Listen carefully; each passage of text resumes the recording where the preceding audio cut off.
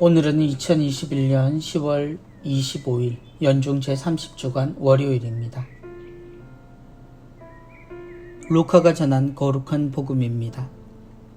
예수님께서 안식일에 어떤 회당에서 가르치고 계셨다. 마침 그곳에 18해 동안이나 병마에 시달리던 여자가 있었다. 그는 허리가 굽어 몸을 조금도 펼 수가 없었다. 예수님께서는 그 여자를 보시고 가까이 부르시어 여인아, 너는 병에서 풀려났다 하시고 그 여자에게 손을 얹으셨다. 그러자 그 여자가 즉시 똑바로 일어서서 하느님을 찬양하였다.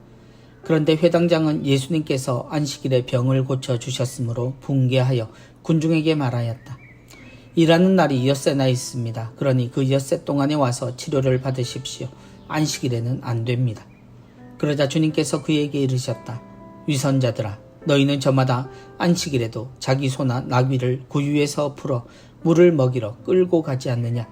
그렇다면 아브라함의 딸인 이 여자를 사탄이 무려 18해 동안이나 묶어 놓았는데 안식일일지라도 그 속박에서 풀어주어야 하지 않느냐. 예수님께서 이렇게 말씀하시니 그분의 적대자들은 모두 망신을 당하였다. 그러나 군중은 모두 그분께서 하신 그 모든 영광스러운 일을 두고 기뻐하였다. 주님의 말씀입니다. 그리스도님 찬미합니다. 안식일일지라도 그 속박에서 풀어주어야 하지 않느냐. 예수님의 안식일은 언제나 같았습니다. 주님은 안식일에 언제나 회당에 가셨고 그곳에서 하느님에 관한 이야기로 하루를 보내셨습니다. 사람들은 모두 회당에서 들려오는 예수님의 목소리를 통해 하느님을 새롭게 만났고 전에 없던 삶의 활력을 얻었습니다. 주님의 이야기는 과거나 하늘이 아닌 땅과 지금의 주님의 이야기는 과거나 하늘이 아닌 땅과 지금의 이야기였기 때문입니다. 하지만 주님이 보내신 안식일은 늘 죽은 날이었습니다. 누구도 안식일에 움직이지 않았기 때문입니다. 그들에게 정해진 쉼은 하느님 안에서만 머물 뿐 어떤 일도 해서는 안 되는 그야말로 묶여버린 날이었습니다. 그리고 그날의 주인은 율법학자들이나 바리사이의 몫이었습니다. 그날 주님 앞에 18해 동안 병마에 시달리던 여자가 있었습니다. 몸을 펼 수 없는 굽은 허리로 회당 한 구석에 있던 여인에게 주님은 말씀하십니다. 여인아, 너는 병에서 풀려났다.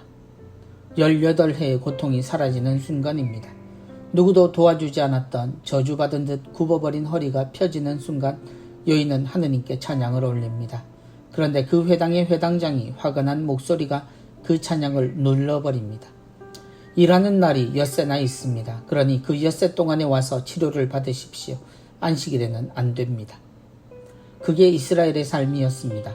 하느님의 날은 그들에게는 18해를 아파하던 이가 하루를 더 아파해야만 하는 날이었습니다.